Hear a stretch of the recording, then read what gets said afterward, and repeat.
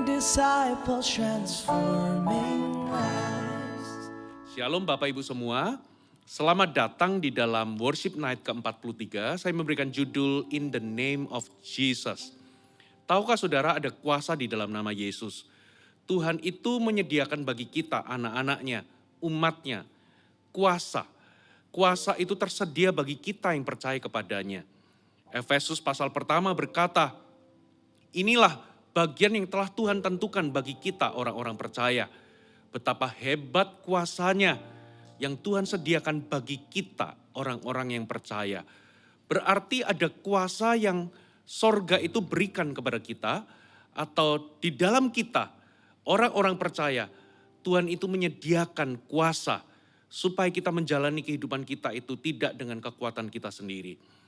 Tapi sayangnya kenapa ada banyak orang percaya, ada banyak orang Kristen justru hidupnya seolah-olah berada di dalam kekalahan demi kekalahan. Ketika dihadapkan kepada kuasa gelap, kuasa si jahat atau kuasa setan, ketika diperhadapkan kepada sebuah situasi yang mustahil atau bahkan diperhadapkan kepada sebuah kemustahilan, maka sepertinya ada banyak orang Kristen itu seperti yang tidak berdaya atau tidak punya kuasa. Kenapa sebabnya, saudara? Karena banyak orang Kristen itu gagal memiliki iman untuk melepaskan kuasa tersebut. Di manakah rahasianya, saudara? Ada salah satu rahasia yang banyak orang Kristen itu seringkali lupakan. Atau bahkan kalaupun mereka tidak lupa, mereka menggunakannya itu dengan sepertinya dengan rutin atau sepertinya itu hanya berlangsung karena latah atau karena kebiasaan. Saya hari ini mau berbicara tentang nama Yesus yang berkuasa. Ini adalah sebuah senjata rohani yang sanggup melepaskan kuasa di tengah situasi kita. Kalau kita nggak paham ini, oh betapa ruginya kehidupan kekristenan kita.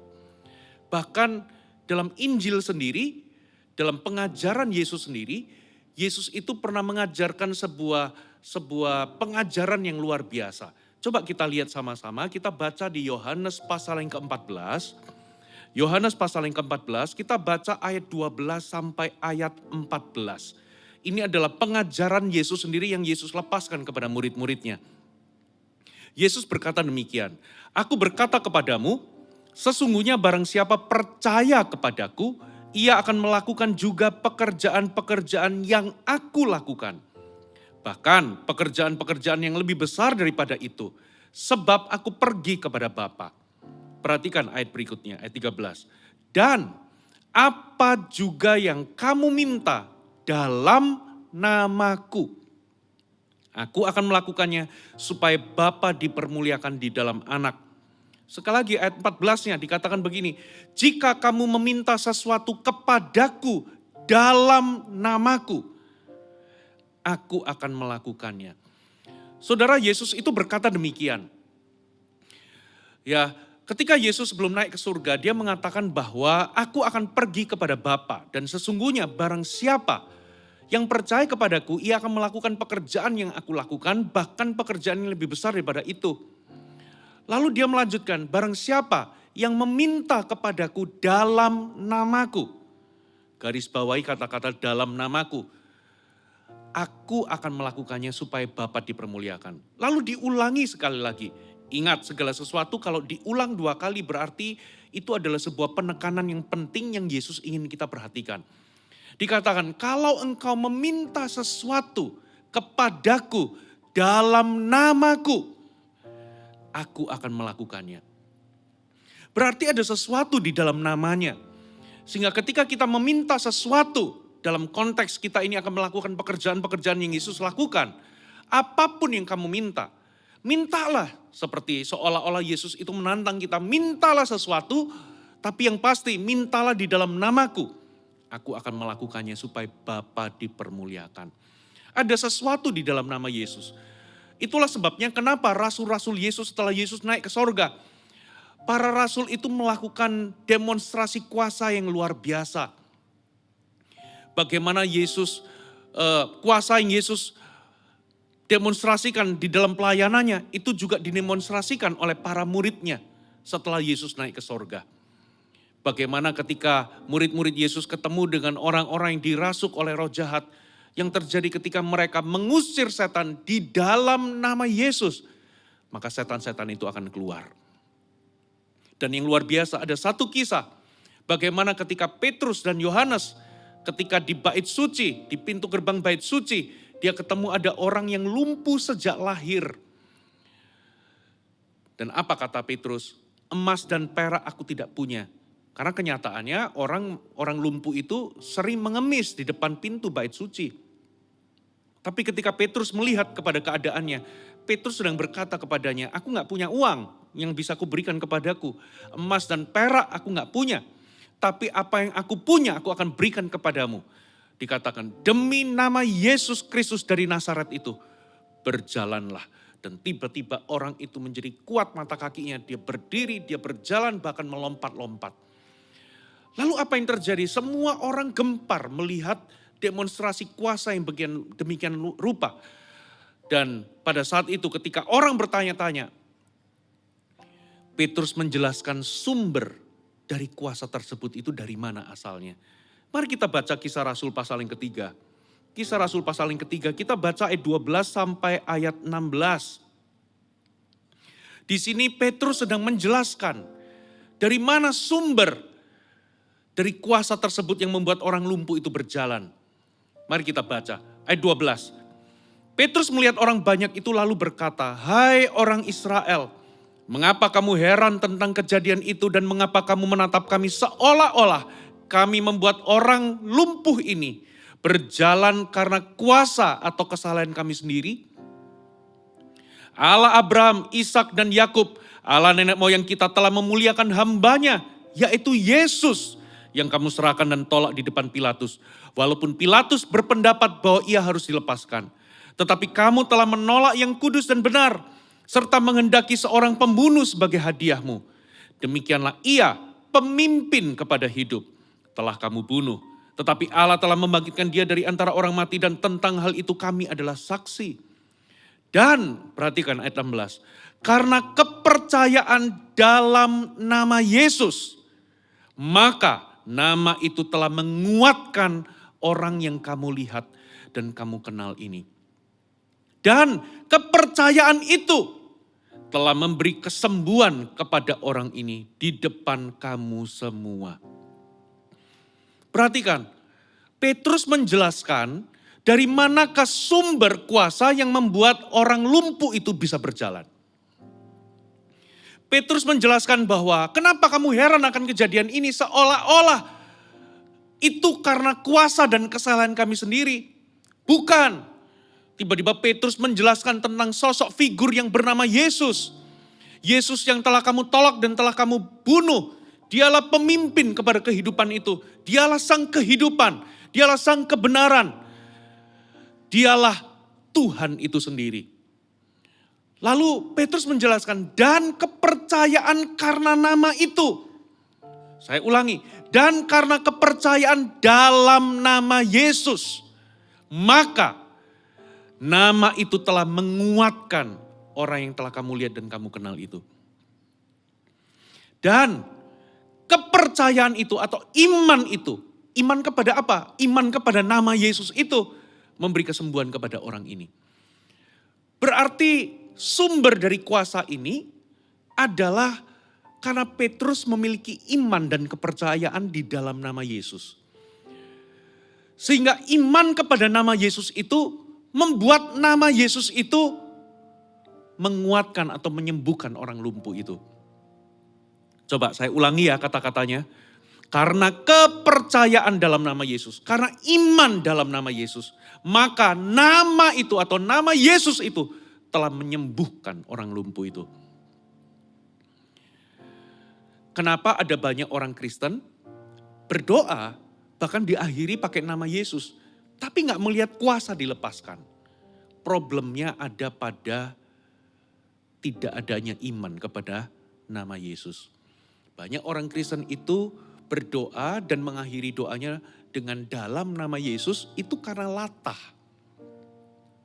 Hanya karena itu diajarkan, maka karena itu tradisi, maka kita menggunakan nama Yesus itu hanya menjadi bagian doa yang kita ucapkan itu tanpa iman. Sehingga akibatnya ketika kita berdoa di dalam nama Yesus, kita nggak melihat ada kuasa dilepaskan. Jadi apa yang membuat orang Kristen berdoa memakai nama Yesus, tapi tidak ada kuasa yang dilepaskan karena tidak ada iman. Mengapa tidak ada iman? Karena ketidaktahuan. Ada banyak orang Kristen tidak tahu bahwa nama Yesus itu mengandung kuasa. Nama Yesus itu mengandung sebuah power. Sehingga ketika seseorang itu punya iman dan kepercayaan kepada nama tersebut, dan iman tersebut, kepercayaan itu akan melepaskan kuasa. Bapak Ibu, itulah sebabnya kenapa Yesus itu mengajarkan kepada murid-muridnya, bahwa sesungguhnya barang siapa percaya kepadaku akan melakukan pekerjaan yang aku lakukan, bahkan lebih besar daripada itu. Dan apapun yang kamu minta di dalam namaku, aku akan melakukannya supaya Bapa dipermuliakan. Sekarang kita tahu, ternyata sumber kuasanya adalah nama Yesus. Ada amin saudara? Nah, pertanyaan berikutnya, ada apa sih dengan nama Yesus? Apa sih keistimewaan nama Yesus? Saya ada 3 poin sederhana. Yang pertama, nama itu mewakili pribadi Allah. Sebuah nama ketika kita sebutkan itu bukan sekedar kita menyebutkan nama tersebut. Tapi nama itu mewakili pribadi yang kita sebutkan namanya itu. Jadi sehingga ketika kita ini berdoa di dalam nama Yesus, ketika kita mengucapkan, menyebut nama Yesus, sebetulnya ketika kita menyebut nama Yesus itu, kita bukan sekedar menyebut namanya, tapi kita itu mewakili pribadi yang namanya kita sebut. Dan pribadi itu juga mewakili kuasa atau sosok yang berkuasa yang kita sebut namanya. Kitab Kolose berkata, pribadi Yesus itu seperti apa? Dikatakan begini, Kolose 2 ayat 9 sampai 10. Sebab dalam Dialah berdiam secara jasmania seluruh kepenuhan Allah. Dan kamu telah dipenuhi di dalam Dia. Dialah kepala semua pemerintah dan penguasa. Sehingga ketika kita menyebut nama Yesus, kita mewakili pribadi Yesus sendiri. Kita mewakili kepribadian Allah sendiri. Yang adalah Yesus itu kepenuhan kealahan itu ada pada dirinya. Dan bahkan dialah kepala dari semua pemerintah dan penguasa. Jadi maksud nama Yesus itu di atas segala nama. Supaya bertekuk lutut semua nama yang ada di atas langit, yang ada di atas bumi, termasuk yang ada di bawah bumi. Itu maksudnya begini, ketika kita berdoa dalam nama Yesus, sekalipun di dalam dunia ini sudah jatuh di bawah kuasa si jahat, di dalam hierarki penguasa kegelapan, itu ada hierarki dan ada tingkatan-tingkatannya. Tidak ada satupun nama dari hierarki penguasa kegelapan itu mampu menandingi nama Yesus. Nama Yesus di atas semuanya. Termasuk yang ada di bumi, yang ada di atas bumi. Di atas bumi itu punya problema, ada sakit penyakit. Tidak ada satupun nama penyakit yang melebihi nama Yesus. Bertekuk lututlah semua nama-nama penyakit. Itu termasuk nama penyakit kanker kah, itu nama penyakit keturunan kah. Tidak ada satupun situasi yang kita hadapi dalam kehidupan sehari-hari. Ketika kita berdoa di dalam nama Yesus, situasi itu tidak mampu atau tidak lagi menguasai hidupmu. Jadi walaupun ketika Anda berdoa problema itu belum selesai, tapi ketika Anda berdoa di dalam nama Yesus, Anda tidak lagi di bawah problema, tapi Anda di atas problema. Sebab nama Yesus itu di atas segala nama. Di dalam nama Yesus, semuanya harus bertekuk lutut. Termasuk nama penguasa kegelapan, nama situasi-situasi mustahilmu, nama problema-problema yang Anda hadapi. Jadi ketika Anda berdoa, meminta, bahkan Anda melepaskan otoritas di dalam nama Yesus, mungkin problema nggak langsung selesai. Tapi Anda sudah di atas problema itu karena nama Yesus. Itulah sebabnya nama Yesus itu punya kuasa. Lalu yang ketiga, saudara. Yang ketiga, apa istimewanya nama Yesus? ternyata nama Yesus itu menarik perhatian. Maksudnya gimana? Coba kita baca Ibrani 1 ayat 1 sampai 4. Setelah pada zaman dahulu Allah berulang kali dalam pelbagai cara kepada nenek moyang kita, berbicara kepada nenek moyang kita dengan perantara nabi-nabi. Maka pada zaman akhir ini ia telah berbicara kepada kita dengan perantaraan anaknya yang telah ia tetapkan sebagai yang berhak menerima segala yang ada. Oleh dia Allah telah menjadikan alam semesta. Ia adalah cahaya kemuliaan Allah dan gambar wujud Allah. Dan yang menopang segala yang ada dengan firman-Nya yang penuh kekuasaan. Dan setelah ia selesai mengadakan penyucian dosa, ia duduk di sebelah kanan yang maha besar. Berarti Yesus itu duduk di tempat otoritas. Sebelah kanan Bapa itu bukan menunjukkan bahwa Yesus itu lebih rendah dari Bapa, tapi itu menunjukkan sebuah posisi otoritas. Di tempat yang tinggi, jauh lebih tinggi daripada malaikat-malaikat, atau jauh lebih superior daripada malaikat-malaikat, sama seperti nama yang dikaruniakan kepadanya, yaitu nama Yesus, jauh lebih indah atau jauh lebih mulia daripada nama mereka atau nama-nama malaikat itu. Apa maksudnya? Apa aplikasinya, implikasinya? Begini saudara, ketika Anda berdoa di dalam nama Yesus, sorga mau tidak mau akan memberikan respon dan akan memberikan perhatian. Sebab nama yang Anda sebutkan di dalam doa Anda itu lebih superior, lebih tinggi, dan bahkan lebih mulia dari segala malaikat yang ada di sorga. Itu sama seperti kalau Anda seorang anak, Anda telepon kantor papa saudara. Kalau Anda menelpon kantor hanya menggunakan nama Anda, atas nama Anda sendiri, walaupun Anda sebagai anak, mungkin Anda nggak akan dikasih perhatian. Tapi kalau Anda menelpon kantor papa saudara dengan menggunakan nama papa saudara, maka seluruh kantor itu harus memberikan perhatian. Begitu pula ketika kita berdoa memakai nama Yesus, bukan nama kita sendiri, tapi menggunakan nama Yesus, maka sorga mau tidak mau harus memberikan perhatian. Sebab nama yang Anda sebut itu lebih tinggi, lebih mulia dari segala sesuatu. Itulah keistimewaan dari nama Yesus. Kalau Anda mengerti 3 poin ini, maka Anda tidak akan berdoa memakai nama Yesus itu karena latah. Atau karena kebiasaan, karena rutinitas. Tapi sebaliknya justru Anda memiliki iman di dalam nama itu. Sehingga ketika Anda berdoa meminta sesuatu di dalam nama Yesus, Anda punya iman bahwa doa Anda didengar. Sebab nama itu mewakili pribadi Allah sendiri. Yang kedua, sebab di dalam nama itu seperti memberikan Anda surat kuasa. Sehingga Anda itu seperti menjadi pengacara, Anda itu melakukan sesuatu mewakili nama yang Anda sebut. Dan nama yang Anda sebut itu adalah nama di atas segala nama. Sehingga bertekuk lutut sesuatu yang ada di atas langit, yang ada di atas bumi, termasuk yang di bawah bumi. Kuasanya demikian besar. Dan termasuk ketika Anda berdoa di dalam namanya, sorga akan memberikan perhatian. Jadi mulai hari ini ketika Anda berdoa, berdoalah dengan sebuah iman di dalam namanya.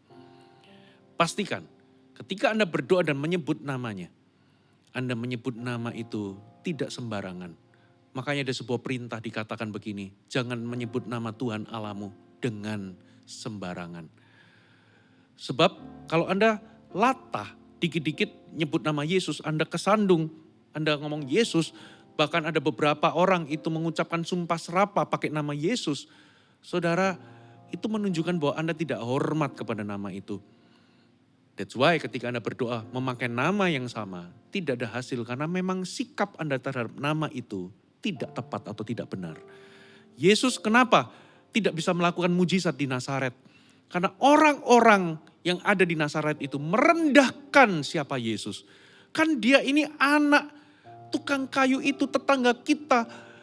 Siapa dia? Ketika Yesus direndahkan, maka tidak ada banyak mujizat yang terjadi karena ketidakpercayaan mereka. Begitu pula kalau Anda adalah seseorang yang mudah sebut nama Yesus sembarangan, itu hanyalah menunjukkan bahwa Anda itu tidak memiliki rasa hormat terhadap nama itu. That's why ketika Anda gak punya rasa hormat terhadap nama itu, Anda gak punya iman di dalamnya terhadap nama yang mulia ini. Sehingga apapun yang Anda doakan di dalam namanya seperti nggak ada hasil. Padahal itu nama yang berkuasa. Tapi hari ini kalau Anda mau bertobat, hari ini Anda menerima pewahyuan bahwa nama ini adalah nama yang lebih mulia, lebih tinggi, lebih superior dari apapun. Dan nama ini mewakili pribadi dari Allah sendiri, dari Yesus sendiri. Maka mulai hari ini Anda gak akan gampang-gampang menyebut nama Tuhan Yesus dengan sembarangan. Dan ketika Anda sebut itu di dalam doa Anda sebut itu dengan segenap iman bahwa ada kuasa terkandung di dalam namanya. Ada amin? Hai, terima kasih sudah bergabung bersama kami, Gereja Mount Sharon, Jabodetabek. Sebagai gereja Tuhan, adalah kerinduan bagi kami untuk melihat Anda terus bertumbuh di dalam pengenalan akan Tuhan dan mengalami perubahan hidup. Maka dari itu, bergabunglah bersama komunitas kecil kami, Connect Group. Dapatkan informasi lebih lanjut pada kolom deskripsi kami. Last but not least, don't forget to subscribe dan bagikan video ini kepada orang yang Anda kasihi. Thank you for joining us and see you next time.